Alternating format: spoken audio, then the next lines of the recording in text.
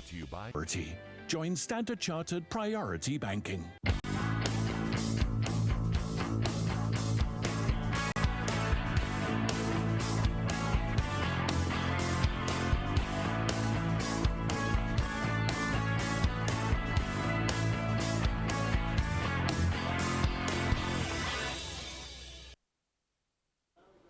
It's a pleasure to have you this evening, once again on this edition of The Link.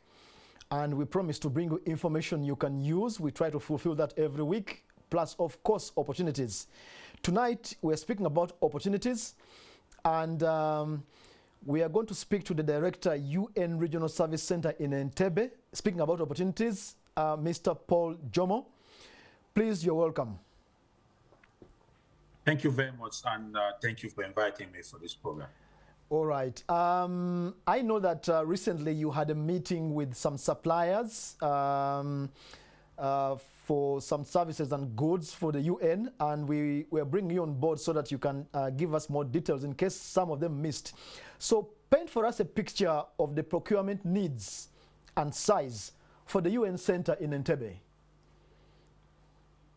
Thank you very much. Indeed, last week we had a business seminar which brought together a certain number of Ugandan companies, and we had the intention to discuss with them how to do business with the United Nations and what is the procurement system like.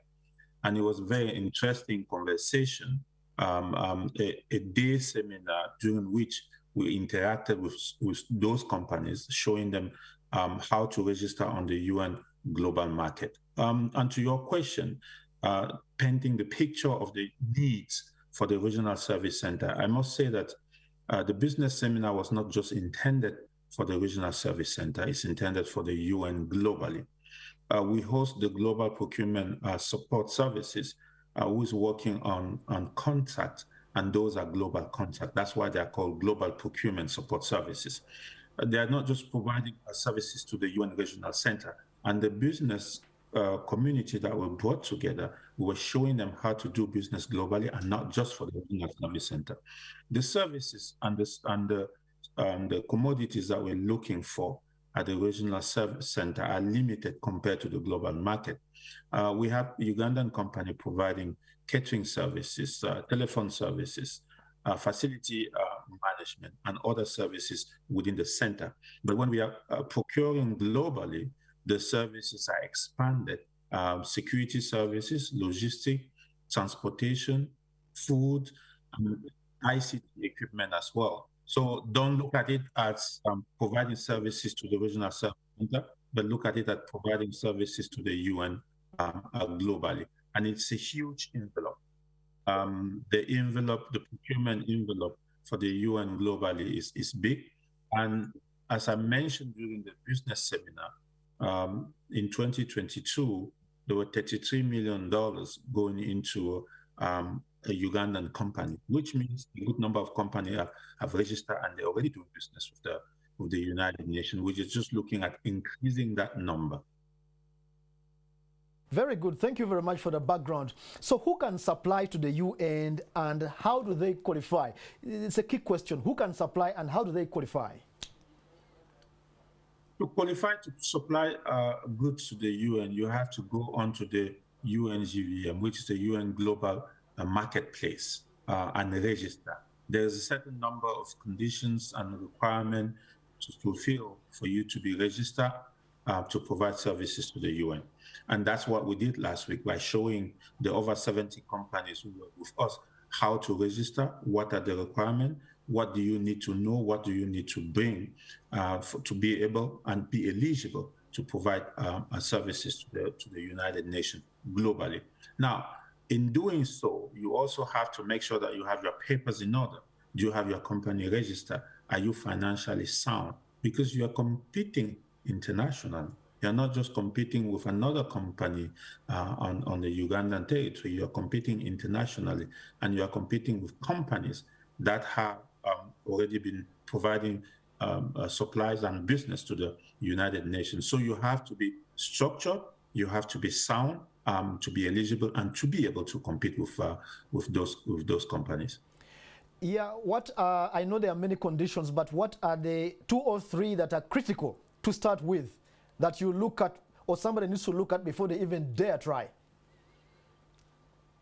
All the conditions are critical, to be honest. But if you're asking for 2, you have to be financially sound, because when we're talking about competing with other companies and when we're talking about registering on the global market, you are a Ugandan company and you can provide services to one of our operations in Lebanon. You can provide services to one of our operations in any other place of the world, which means you have to have that capability for you to be able to do that. That's one. And secondly, can you do it on a large scale?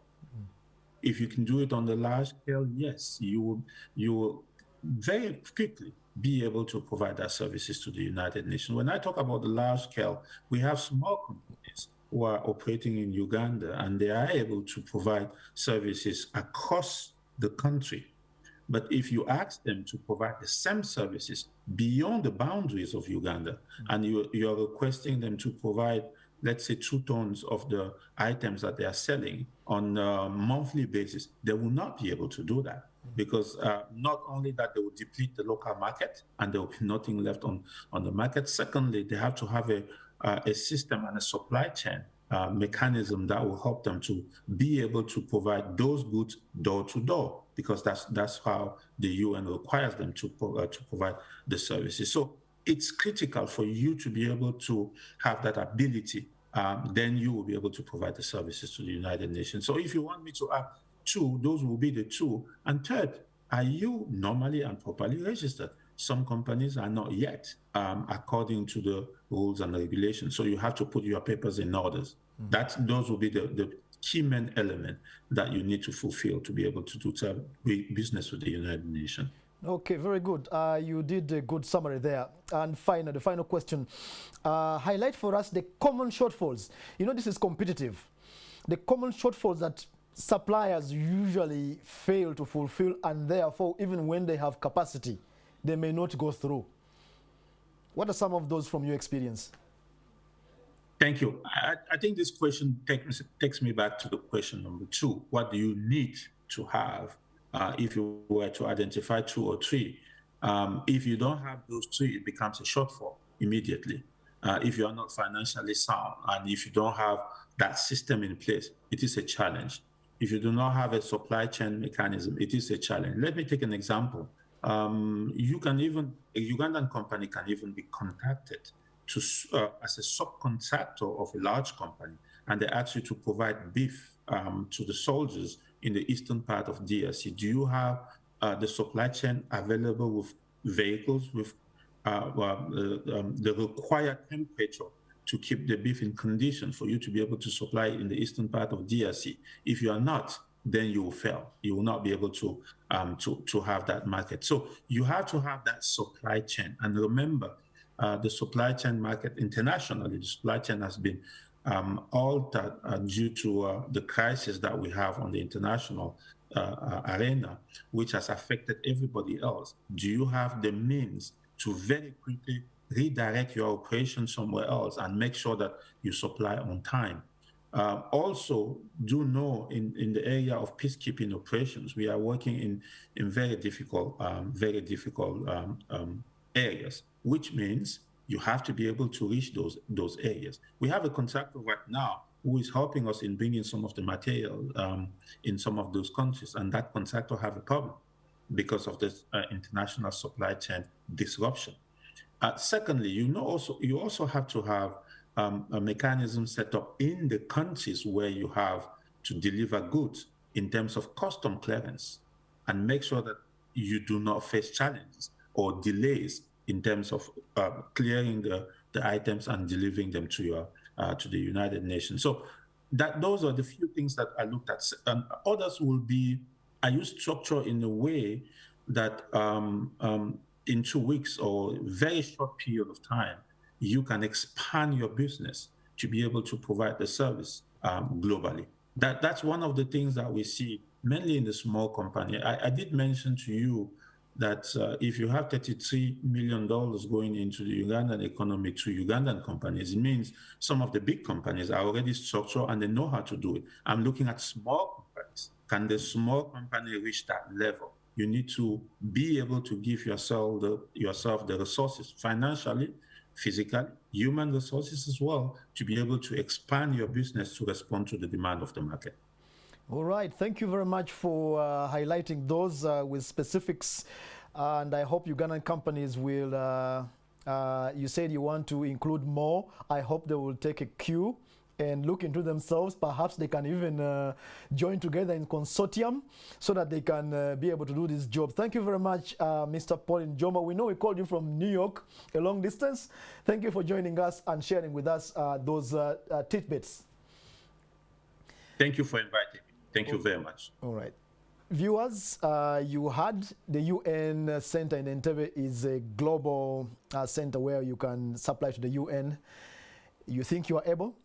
Well, you can't say we didn't give you the opportunity to listen to the UN and give you information that you can use and opportunities. We hope we added value to you tonight. Thank you for joining us. That was the link. Thanks to Standard Chartered Bank for sponsoring this show.